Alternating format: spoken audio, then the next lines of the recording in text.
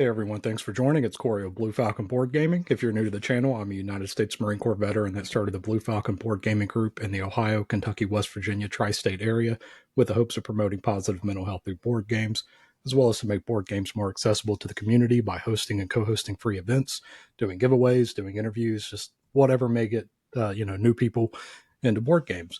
Today I have William with me here from the Hungry Gamer. Hello. Hey, hey. So, who's William? Outside of board games, what's a typical day look like for you? What's your background? Sure.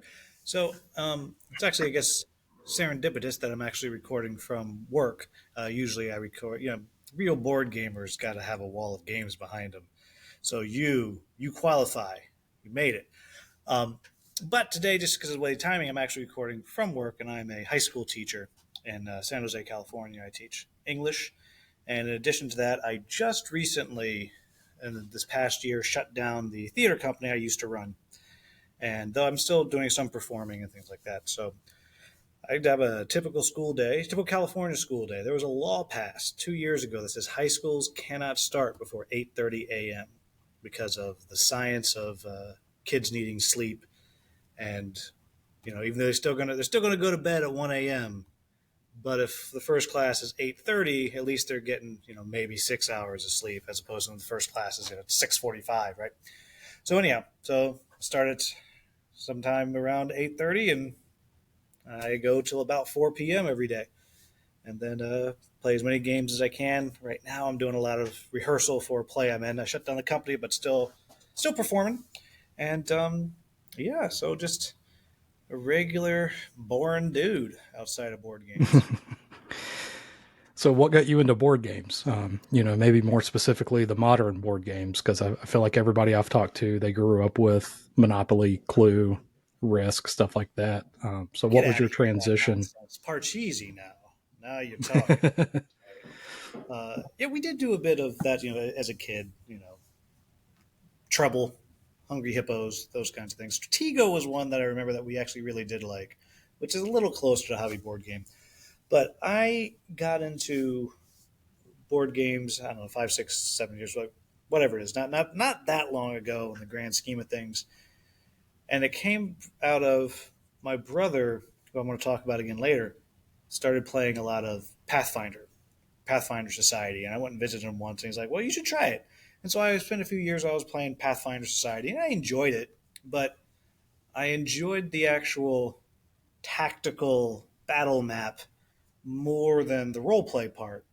And then I was off at a game store playing one night, and there's some people sitting there playing this game called Red Dragon Inn, which is the perfect game to pair with a role playing game. Because basically, the idea is you finish your adventure and you go back to the pub and you drink and gamble. I just thought it was a funny idea, and I bought a copy, and I was like, wow, that's really cool. That's neat. Games are different. And that was the start, but the finish of it is I went to a local convention with a buddy of mine, and he loved all role playing games of all kinds. We would usually go play Pathfinder, but we went and he wanted to play this Star Trek game. And I was like, okay, I don't care, but sure, I'll do it. And we both got into the game, and we go to the room, and in a hotel, but they actually just like took the beds out of hotel rooms. And so it was like a table just sitting in clearly a hotel room, and there's like 15 people in there all trying to get into the game in case someone doesn't show, and I'm in the game. And the guy's like, you can all stay. And so there's 15 people playing this game, and we're all being given characters. We get to pick our characters, and I'm like, oh, I'll be Barkley. That's the weird dude. I'm going to be Barkley. And he didn't have a character sheet for him. He's like, oh, no, I just have a model for him. And we're playing this game. It was terrible. I was just so miserable playing this game. And finally, I went to my buddy, like, Max, I'm dying here. He's like, that's okay. And so I go to the guy and said, would you be upset if I just took off? And I swear he was like, who are you? Have you been here? It was like close to that. So I took off, and it was fine. And I went downstairs, and there were some people playing King of Tokyo. I was like, you want to play? I was like, okay. And so I played. I was like, that was really cool. And then later, he's still up there playing this game. Some people are setting up Cthulhu Wars. Like, you want to try this? I was like, okay. And that was pretty cool. And then we're leaving, and it's like midnight. And my buddy sees someone playing Mysterium. And it was the Polish version. This is before it came out. And he says, I've heard of that game. Let's go play. And we were there for like 2 hours, played this game multiple times. And so and I immediately went home and I found out that the English version was coming out of Mysterium. I immediately pre-ordered it. And that was the start of me playing board games and spending all my disposable income on it. Very nice. So, do you prefer? Well, I'm assuming now that you prefer board games over TTRPGs. Oh, yeah, absolutely. And I will still play them. A buddy of mine who runs Not Board Gaming, he was out to visit before Gen Con, and he loves D&D. So I set up a D&D night, we played. And I still had a good time. But I'm much more interested in board games more than tabletop RPGs. See, with your like theater background, I feel like that would have been reversed. Is there something that the board games scratch for you? You know, scratches that itch that tabletop RPGs don't. Well, it's more, I think, that the thing with doing theater is all the words are written down for me, and there's someone to tell me where to stand and how to, and then I can go from there. So it's a structure that I can play in. But with tabletop RPGs, it's more like improv, and I'm okay at it. But I always feel a lot of pressure, especially if I'm playing a character that is smart. Like the character is actually smart. I'm not that smart, and so there's like a cognitive dissonance going there. So I'm like, okay, I'll just play someone real dumb because anybody can be dumb. But then of course that limits, and I get into these little cycles of like, oh, I should be doing this. I have to be funny, and it stresses me out. Yeah, I like the structure that board games provide. It's one of those, hey, as a group, we are agreeing to abide by these rules for an hour, 2 hours, whatever. And I've said it before. It's crazy to me that we just trust people to drive 70 miles per hour and stay within their white lines. Like, just it helps calm all of the chaos.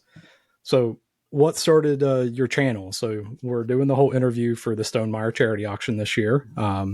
And you were one of the 10 content creators selected, and your channel's The Hungry Gamer. So, what led you to make the decision to start doing content? Yeah, so it goes back to actually the same brother that I mentioned earlier. Um, but he just got the bug and he wanted to design a game. And it was, so he's working on this game and he asked me, he said, well, you do theater and stuff. Would you make a how to play video? And I said, well, sure, but like, no one's going to watch it. Like, who cares? But I said, but sure, I'll do it. So I said, okay, well, I got to have some kind of something to do this thing for him. So I started just writing reviews on BGG. And then after a while, somebody sent me a message on BGG and said, hey, if I send you a copy of this game, would you do a review video? And I was like, I guess. I mean, how hard could it be? Hard. But so I did that. And then I joined a media and reviewers group on Facebook, and just slowly more people started asking for my opinion on things. And suddenly I was like, well, this is actually kind of fun. It's kind of neat. And it just kind of spiraled out from there. And so here I am. And I'm happy to say, even though that game was never published, he did get one of his games published. It actually just had its official street release on October 20th called Lunar Rush. And that actually came completely out of some people that I was able to introduce him to when he had this idea for his game during the pandemic. And everyone was locked up, and he had it on Tabletop Simulator, and kind of went from there. So I'd say, I guess I owe him, but I got him signed, so he owes me. Yeah, and you said nobody would ever watch it, and you're almost at 6,000 subscribers on your YouTube channel. So So it looks now like a you've got few people would watch it. Is where we yeah. are. Looks like you got 783 videos up, so that's a lot of content. Yeah, I don't. I looked at that just the other day. I was like, really? Like, what am I doing with my life? that's a lot of videos. So what's with the name, The Hungry Gamer? What did Yeah. that stem from? So even further back, even before I was playing role-playing games and stuff, I was just trying to make my living just performing, just acting as a stage actor. And I was working pretty regularly and to do a couple other little things here and there. And at the time, a different friend of mine worked for this sports blogging company called Yardbarker. And I know the company still exists. I don't know if they still do sports blogs, but and he told all of us, is that look, all y'all need to start a sports blog right now because this is my job. And so we did. And I started one that was called The Hungry Actor because I was an actor. I wasn't a starving actor, but I wasn't really making a lot of money. So I was the hungry actor. And that was a thing for a while. And that blog is dead and gone. You can't find it anymore. I don't think. You probably find it somewhere. But then when I started doing the board game reviews, like, I don't know what I'll do. So I just took that same idea, hungry actor, and became hungry gamer. And then it just kind of has its own life from there. Gotcha. Yeah, I was curious if it had any like culinary type stuff, you know. It is funny. So many people reach out and like, I got a game about food. You got to cover it. I'm like, do I? Do I really? Because, and it's not to say that there aren't good food games. There's a lot of great food games. Consumption's a great one. Kushi Express is a great one. Critter Kitchen's a really good one. But it's just because it's about food doesn't mean I'm going to like it. And my favorite actual little story about that is actually from the game Consumption, which is not about tuberculosis. It's about managing your diet. And I was at a con and the designer said, Hungry Gamer, you have to play my game about balancing your diet. And I was like, that just sounds, oh gosh, oh man. Are there any orcs in it or something? Like, no. And it was one of the best games I ever played. So that's like the true success story of it. It's such a cool game. But so that's kind of where that all came from. I make meat. That's about as far as I can go cooking wise, and I can bake because I can follow directions. So what's your goal with your channel? Kind of whenever you started it, what did you kind of envision for it? And then, where you're at now, where do you hope to grow? Well, I didn't have any clue really what I was doing with it when I started. Beyond, I'm going to help him get his game out there, and I've been able to do that, but not in the ways I thought I would. Like I've been able to actually help him and actually a few other people more just from like the I'm gonna say back room connections, but that sounds so shady, and like the dark underbelly of board gaming. But just through connections and people that I've met. But now I'm at a place where I am blessed to. I don't pay for my hobby, and I buy games, but the YouTube ads comes in and things. So I'm actually able to go to one, maybe two conventions a year, get games that I want to play, and it's pretty much I'm at a net zero. And so for me, that's like I have a hobby that is free for me right now, which is awesome. And then I have a second hobby, which is I really do enjoy trying to help people find games that they like. Like it's real cool for someone to be like, wow, that game is so much fun. I love that. That is a cool feeling. As far as growth, I'm right now. I've set this kind of like, if only I could get to 10,000 subscribers. Why 10? I don't know. It just sounds like I'll be important if I can have 10,000. So I don't know where I'm going. Mostly I'm just enjoying myself right now. Yeah, just trying to keep having fun. So I've actually done some changes lately. I take far fewer games now than I did before because I want to be able to go back and revisit games that I've liked in the past. So I'm doing like regular playthrough series of some dungeon crawls just to make sure that it's not turning into a job. And where it is right now, it is a hobby that I enjoy. But there was a point when I was like, I got to do this. I got to do this. Got to do this. I don't even like this game, but I got to do it. I'm like, what am I doing? Like, I'm not making money off of this thing. Let's keep the fun to do this. And I think my content's better when I'm having fun. Yeah. Yeah, like if you're doing something that you enjoy, it's going to come through versus if it's something that feels like a job. Yeah. So if somebody wanted to get a hold of you, like, hey, I've got a game that's coming out. What's that process look like, on the back end side for you? Well, is it about food? Because then I have to what? No, it's pretty simple. The easiest way is people just email me. It's hungryreviews@gmail.com. And what I ask is, sure, shoot me an email. And there's always just a couple of important things that's, I'm always going to come back for and ask first. I'm going to ask you, well, what is your timeline? what's the game about? What are the mechanics? What is the player count, and how long does the game take? When I say like what are the mechanics, like just bullet points, just simple stuff. Recently, I've started asking, is your final product going to be using AI art? I'm one of the people that I'm anti AI art at this time, so I won't cover those. And what are they looking for? Are you just looking for a review or a preview? Are you hoping for a how to play video? But that's where you start. And I think I probably at this point am saying yes to about 30% of things that come my way, simply because of time. The time that I have in my own life. So the further out it is, the more likely I am able to say yes. So yeah, AI art's been a big, topic within the board game industry. There was like paid reviews and stuff. There was everything that happened with the channel that shall not be named.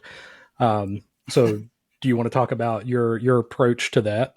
Yeah. So for me, so the way I view a preview, and there's everyone views it differently, I guess. To me, a preview simply means this game is not published; it is not in its final form.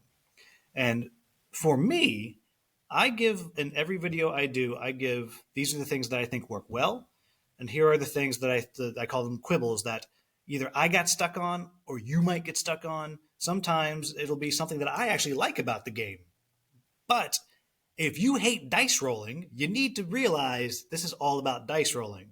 So I always give positive, negatives, good quibbles.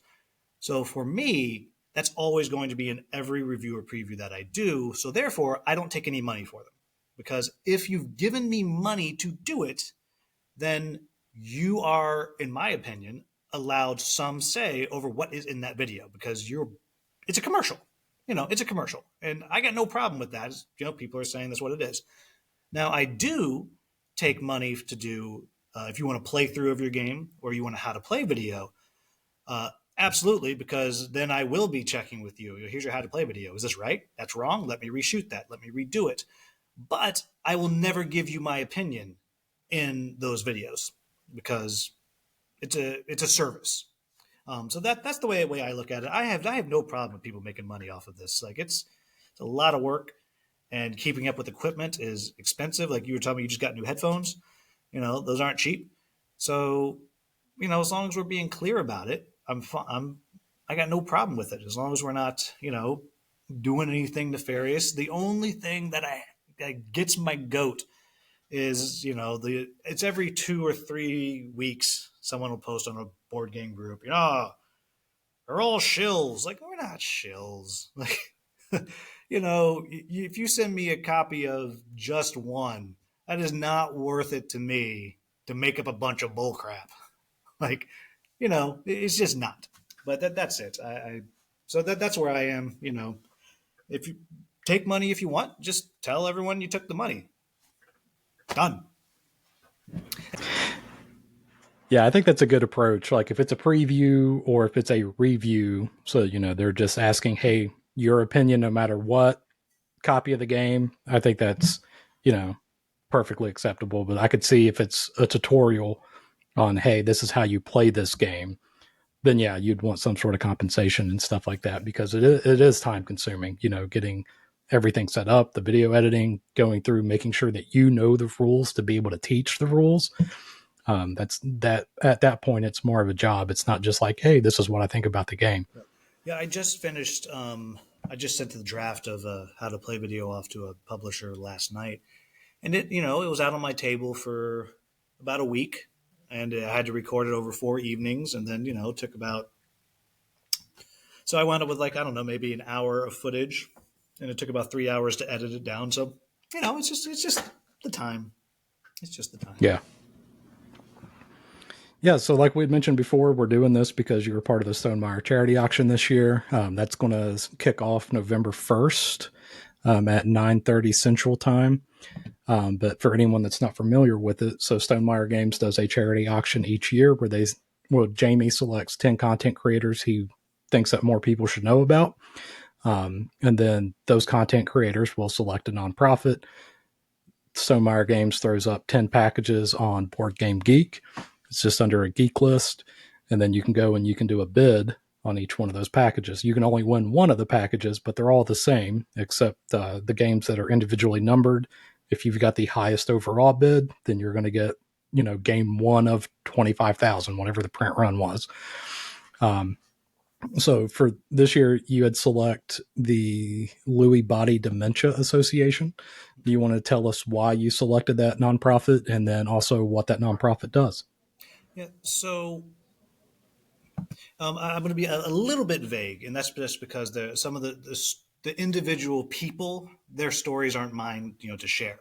But in my life, over the course of my many years of life, several people in my family or close to my family have suffered from various forms of dementia, and more recently, the past 7 years or so, I learned about this. It's not a new disease, but it was new to me, called Lewy body, and it is a form of dementia, but it's a very nasty one, is the way I'll put it. It's one to where my wife told me, because she used to work in assisted living. A lot of assisted living communities, even if they have a memory care unit, will not take Lewy body patients because it is so aggressive, and what it does to the people, severe personality changes and things like that. And it's just horrible. And so when Jamie reached out to me, which, on a side note, you ever feel like maybe you made it? I felt like I made it just a little bit. But when he's asked, me to pick a charity, two came to mind right away. And it was the Alzheimer's Foundation and Lewy Body, both, again, dementia, very, very closely related. And I had a long sit down and think about it. And I settled on Lewy Body because people don't know about it. We've all heard of Alzheimer's, and I support them and all, absolutely. But this particular form of dementia is just so horrible, and dementia is horrible. And as far as dementia goes, it is one of the worst. That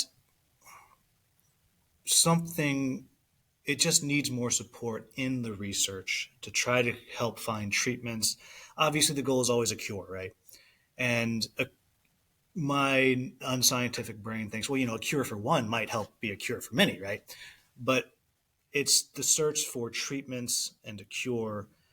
And I just know the fear that this type of thing gives to families, and I know how frightening it is. And it needs a little more awareness, and obviously it needs a lot more funds. And so that's the vague book reason for why, again, because it's just the stories aren't mine to share. Right. So, do you want to talk about what the Lewy Body Association does? Well, it's the premier association. I mean, so they do they are lead the charge for funding to go to research. You make connections there for various support organizations. All of that you can go through there, but the main purpose of it is funding for research.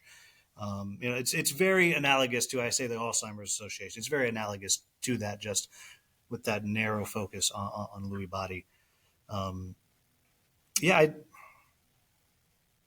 other than is raising funds, that's kind of the core of where I am. It's funds for cure and treatment and support, and here we are. Yeah. Whenever you had sent me the organization, I was like, what is that type of dementia? Like, what is Lewy body dementia? It looks like it's a disease associated with abnormal deposits of a protein called alpha synuclein, maybe, in the brain. These deposits, called Lewy bodies, affect chemicals in the brain, who changes in turn can lead to problem with thinking, movement, behavior, and mood. It's one of the most common causes of dementia and affects more than 1 million individuals in the United States.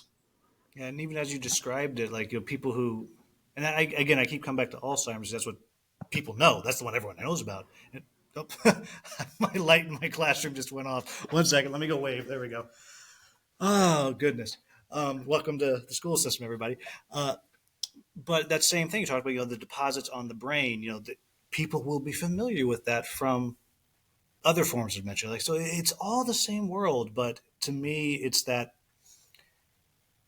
the thing that makes it so scary to me is, yes, the physical change, the memory, obviously.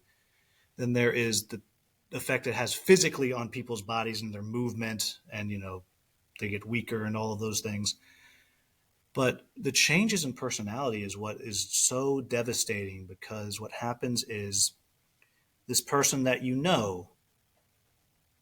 don't know them anymore, because and it's not, but because they become someone who is different. And it's almost, and I'm going to be very dramatic about it at the moment, but it's almost like that person has died before they have died.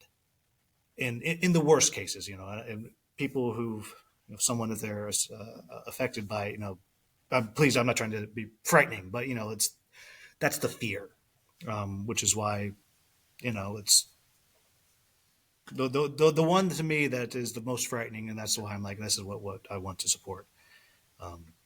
So I guess I'm saying support this because it scared me. I think that's what I just said. That's it's not the takeaway. I will not be the Lewy Body spokesman anytime soon, but Right. Yeah, no, I mean, I completely get it, because I've had, family members, and then friends have had family members and stuff that have had different types of, Alzheimer's, dementia, stuff like that. And you're right. Like, it's just, they can become a completely different person than what you've known before. And it does feel, it's almost like that you're mourning somebody that's not there, but they still are type deal.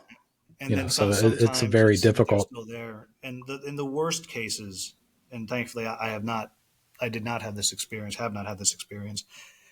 They can become, their mood will change to such to where they will be like someone that they would never have wanted to be. So that's to me why it's just so scary. And I don't know that how treatable it can be with more research, but um, let's find out. You know, that's my thought on it. Yeah, absolutely. So we're approaching the 30-minute mark, and I want to be respectful of your time. So before we go, you got to try Family Feud Fast Money. Oh boy! All right, Yeah. where's my So buzzer? right now, Jason from the Champion faction, he was another content creator that was chosen by Stonemaier Games. He's the current Jason, champion at 311. three So you got to try eleven. to beat. Yeah, yeah. Oh He got a lot. gosh. Okay. Jason sounds real smart. Okay. He was completely surprised. All right. So this is just like the end of the Family Feud, where you get the minute to name the different things. Act like it's 20 seconds. It's 5 questions. Try to see what you can get here. Okay. All right. So name something you need if you want to dress up like Dorothy from The Wizard of Oz. Uh, Toto, the dog. Okay. Name something a farmer's wife might accuse him of caring more about than her. His tractor. Okay. If you won the lottery, name something you'd buy for every member of your family. A car. Okay. Name something your dog might do at the same time of the day as you do. Go to the bathroom. Okay. And then besides photographs, name something specific that gets framed. Um, a criminal, or an Okay. innocent criminal. A person. That's the answer. Okay. So I don't think you hit 311. Oh my You gosh! you had the chance, I think, with Dorothy from The Wizard of Oz. So name Yeah, something you need if it you was want to downhill dress up since like then, huh? yeah. Name something you need if you want to dress up like Dorothy from Wizard of Oz. You had said Toto, not on there. Ruby slippers was number What? one, 72. That is a better Then you answer, got actually. dress, pigtails, and a picnic basket. So name something a farmer's wife might accuse him of caring more about than her. You had said tractor, so that's 9 points. That was number three. Number one What? was animals. and that was 67. Crops was 20. If you won the lottery, name something you'd buy for every member of your family. I would say absolutely nothing. They wouldn't know that I won. Number one Oh, answer you though was car, so yeah. 46. So You see, that's not what I you would would get, personally buy, but I'm like, that's what everyone's saying. Felt good about yeah. that one. So you got number one for that one. Something your dog might do at the same time of day as you do. You said go to the bathroom. That was number three for 17 points. Sleep or wake up was number one. And then besides photographs, something the specific that gets framed, you had said people. That was number two at 23. Number one was a diploma or some sort of degree. Yeah. So 95 overall for you. Next time, Jason. Next time. Hey, it was a valiant effort. 311. Yeah, Man. I forget his cards at here. Oh, he probably had an easy one. That's why. I'm trying to remember which ones he had because we've done a few here. Whew. We've done a few. That's well, it's all right. I know in my heart that I'm a 312. I should probably actually look at the cards before because I just pull them out of a box and see if all number one answers would even get 311 because he had got four of the five at number Wow. one. What He a had a guy. pretty good run of luck. So let's do some channel plugs. Where can people find you? How can they get a hold of you? All of that good stuff. Yeah, so the easiest way to find me is to just go to YouTube, type in Hungry Gamer, and if you see a picture, a kind of card, if you remember the movie A Scanner Darkly, you might be of the age to remember that kind of weird cartoony over a person thing. You'll see a Yeah, I picture had of Keanu me. Reeves. Yep, you'll see a picture Yep. of me chomping on a bunch of different boxes, different games on there. That's the guy you want. Or you can find me on Facebook, just at Hungry Gamer Reviews. Same thing on Instagram, but my biggest presence is definitely on YouTube, followed by Facebook, followed by Instagram. And again, you can email me too if you want, and I am decent at responding. All right. Well, I appreciate your time today, William. I had a blast talking with you, learning about the organization that you selected. But again, I just appreciate your time, especially with you being a teacher and everything too. I'm sure you're ready to get out of the school for the day. Yeah, poor custodian came in. He's a great guy. He was like, "Oh, I'll come back." I'm like, "Sorry." He's got to clean up my mess. But and to thank you for doing this. Thank you mostly to Jamie and Stonemaier Games. They do some really cool stuff, and I'm really honored to be a part of this. And this is a great package of games, also. Yeah, I don't know if he wants us to announce what they are yet or not. He didn't specifically say, so I'm holding off till November 1st. But this year's package it's nice. Yeah, I was looking through. I was like, I don't have some of. I need to. I might be bidding on some of the others. Is what I'm getting at. So Yeah. Yeah. So, an example last year's package, it was the nesting box with Wingspan Asia, individually numbered 1 through 10, the Viticulture Wine Crate with Viticulture World inside, Libertalia wins a Gale Crest, individually numbered 1 through 10, a pack of the Golden Medal Wingspan Eggs, a Red Rising Natural Rubber Playmat, a Stonemaier Signature Disc Golf Disc, and then obviously free shipping from anywhere in the world. Says they'll cover custom fees as well if needed. So yep, it is. very I similar think package this year. Yep, and I think it's a better package this year. I really do. I'm not just saying that because it's I want you to give a lot of money to my charity, but I really think it is. It's a great package. All right, you have to go also, and I will talk forever. So I'm going to zip it and just say thank you so very much. Absolutely. Thanks.